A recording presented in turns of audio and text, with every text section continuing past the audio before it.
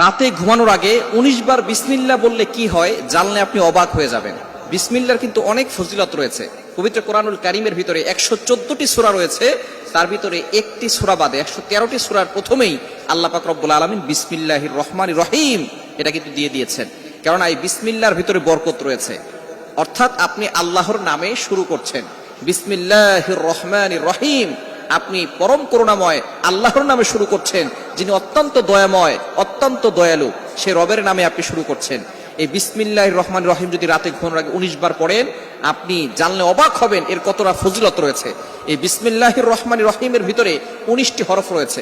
তাফসীরে কুরতুবির ভিতরে এসেছে ১৯টা হরফ এই বিসমিল্লাহির রহমানির রহিমের ভিতরে এসেছে। সুতরাং কেউ যদি ১৯ বার বিসমিল্লাহির রহমানির রহিম পড়ে ঘুমায়, তাহলে জাহান্নামের ১৯ জন ফেরেশতা প্রহরী রয়েছে, যারা জাহান্নামে ফেরেশতা, এই জাহান্নামী ফেরেশতাদের থেকে আল্লাহ পাক রব্বুল আলামিন তাকে হেফাজত করবেন, অর্থাৎ জাহান্নাম থেকে ওই বান্দাকে আল্লাহ পাক রব্বুল আলামিন হেফাজত করে দিবেন। এ নাম্বার 1।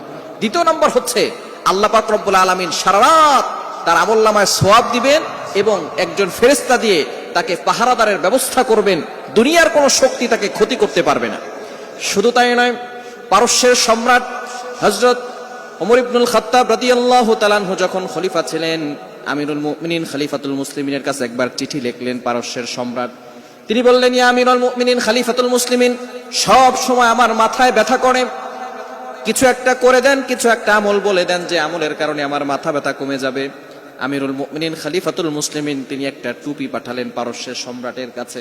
পারস্যের বাদশা সেই টুপি পাওয়ার পরে যখনই টুপি মাথায় দেয়, সাথে সাথে তার মাথা ব্যথা ভালো হয়ে যায়।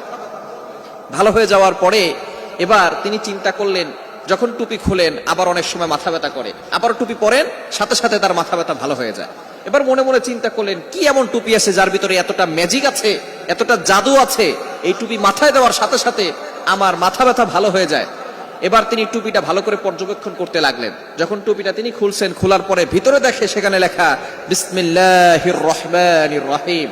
ওমর ইবনুল খাত্তাব রাদিয়াল্লাহু তাআলা শুধুমাত্র বিসমিল্লাহির রহমানির রহিম লিখে দিয়েছেন, যার কারণে পারস্যের সম্রাটের মাথায় যখনই ব্যথা হয়, ওই টুপি পরার সাথে সাথে তার মাথা ব্যথা ভালো হয়ে যায়। বলেন সুবহানাল্লাহ।